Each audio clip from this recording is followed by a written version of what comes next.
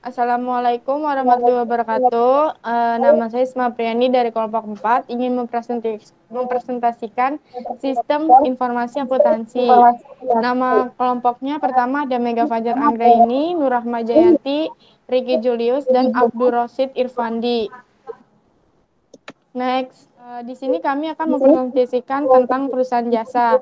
Pertama ada pengertiannya. Pengertian perusahaan jasa menurut para ahli, Christian Gonoros menjelaskan bahwa pengertian perusahaan jasa ialah segala sesuatu kegiatan yang ada di dalamnya terdiri dari serangkaian aktivitas integral yang terjadi antara pegawai jasa dan pelanggan dalam mengatasi keperluan pelanggan. Namun secara umum, pengertian jasa adalah suatu usaha yang mempunyai aktivitas produksi produk yang tidak berwujud atau jasa yang memiliki tujuan untuk memperoleh sebuah keuntungan atau laba. Nah, di sini ada karakteristik dari perusahaan jasa. Pertama, kegiatan utamanya menjual jasa. Kedua, tidak menyediakan produk dalam bentuk fisik. Ketiga, hasil produk jasa tidak dapat disamakan. Keempat, tidak memiliki harga pokok produksi. Keenam, tidak ada standar harga yang sama. Selanjutnya, jenis transaksi perusahaan jasa. Ada 5, investasi, pembelian, pendapatan, pembayaran, penerimaan piutang.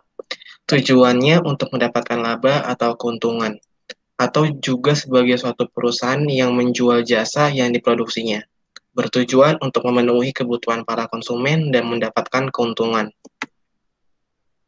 D. Contoh perusahaan jasa di Indonesia.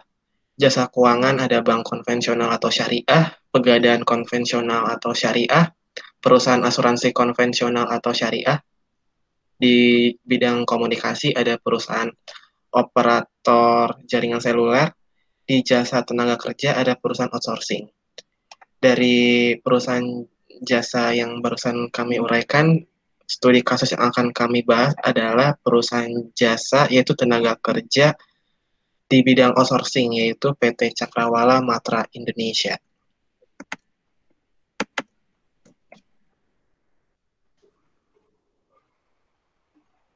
Selanjutnya ada studi kasus. Outsourcing adalah perusahaan penyedia jasa tenaga kerja atau dengan kata lain menyediakan dan menyalurkan tenaga kerja dengan keahlian tertentu ke perusahaan yang membutuhkan. Outsourcing diatur dalam Undang-Undang Nomor 13 Tahun 2003 tentang Ketenagakerjaan. Outsourcing atau penyediaan jasa tenaga kerja diatur dalam pasal 64, 65, dan 66 Undang-Undang Nomor 13 Tahun 2003. Untuk mengetahui lebih jelas, Merdeka.com telah merangkum tentang beberapa hal terkait outsourcing yang dirangkum dari berbagai sumber.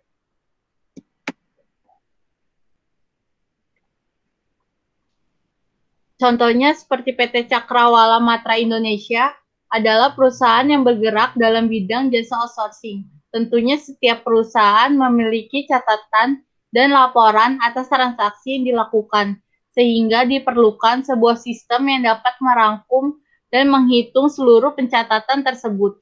Maka, dari itu, penulis ingin membuat sebuah sistem informasi akuntansi keuangan berbasis desktop yang akan membantu perusahaan untuk mengatur laporan keuangannya. Aplikasi ini menggunakan bahasa pemrograman Visual Basic.NET dan Microsoft SQL Server 2005 untuk basis datanya. Oke, selanjutnya adalah studi kasus sistem pengendalian laporan keuangan PT Cakrawala Matra Indonesia dalam sistem yang sudah dibuat tadi. Jadi yang pertama itu admin dengan full access, dia bisa membuat beberapa admin yang bertugas untuk menginput data yang ditugaskan. Jadi contohnya itu adalah admin dengan full access dan yang kedua adalah admin dengan akses terbatas. Jadi admin dengan full access bisa membuat admin lainnya dengan akses yang terbatas. Yang pertama, admin dengan level akses yang hanya bisa menginput transaksi yang terjadi. Jadi selama 1 bulan atau 1 tahun itu hanya ditugaskan satu admin yang bertugas merecord data transaksi harian. Terus yang selanjutnya ada admin yang dibuat dengan akses hanya untuk memberi pengakuan dari record admin sebelumnya. Yang selanjutnya, admin dengan akses yang bisa mengolah data-data tersebut menjadi jurnal, kemudian diposting ke buku besar, kemudian dijadikan laporan keuangan berupa neraca, laba rugi, perubahan arus kas, dan perubahan modal. Selanjutnya dibuat lagi admin dengan user yang hanya berkewajiban mengolah data-data pegawai, karena ini adalah outsourcing, jadi ditugaskan satu user yang hanya bertugas untuk mengolah data pegawai. Jadi dari bagian ini kita bisa lihat, jadi yang pertama itu admin membuat beberapa user, kemudian yang pertama user pertama adalah dia merecord transaksi yang terjadi, kemudian dilanjutkan lagi oleh user selanjutnya, dia memberikan akun pada transaksi yang sudah di-input dari user sebelumnya, kemudian dilanjutkan lagi ke user selanjutnya, dia bertugas untuk mengubah akun itu menjadi jurnal, kemudian diposting ke buku besar, kemudian dilanjutkan lagi menjadi laporan keuangan berupa laporan neraca, laba rugi, perubahan modal, dan arus kas. Kemudian dari laporan keuangan yang sudah dibuat tadi, itu bisa dilihat keuntungan dari perusahaan yang kemudian dilanjutkan ke klien yang berkepentingan.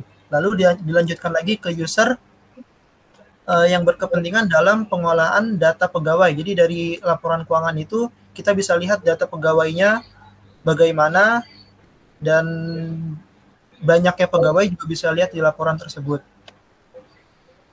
Sehingga laporan akhirnya adalah semua klien dan pegawai itu bisa terrecord dengan baik.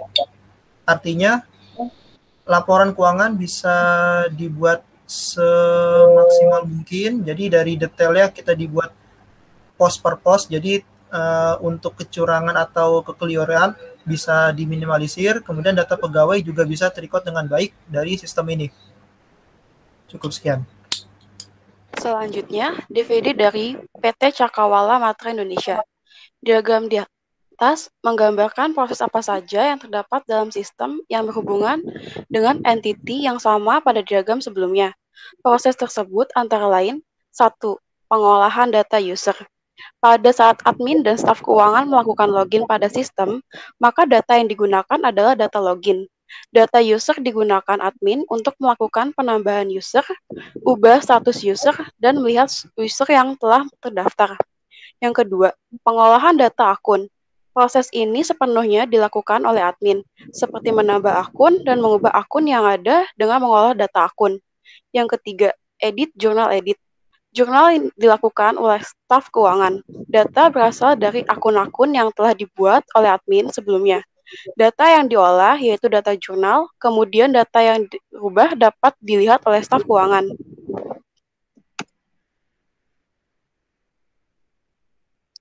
4. Input penerimaan kas dan pengeluaran kas saat staf keuangan melakukan input transaksi penerimaan kas.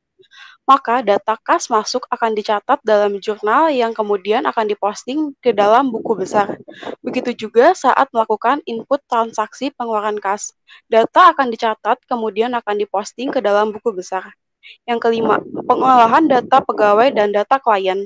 Proses ini dilakukan oleh staf dengan mengolah data pegawai dan data klien. Misalnya menambah, merubah informasi, dan mengubah status pegawai maupun klien. Yang keenam, laporan admin dan staf dapat melihat seluruh laporan keuangan yang ada. Di antaranya laporan laba rugi, laporan laba ditahan, laporan neraca, dan laporan arus kas. Demikian presentasi dari kelompok kami, kurang lebihnya mohon maaf. Apabila ada yang kurang jelas atau kurang paham dapat ditanyakan kembali. Terima kasih.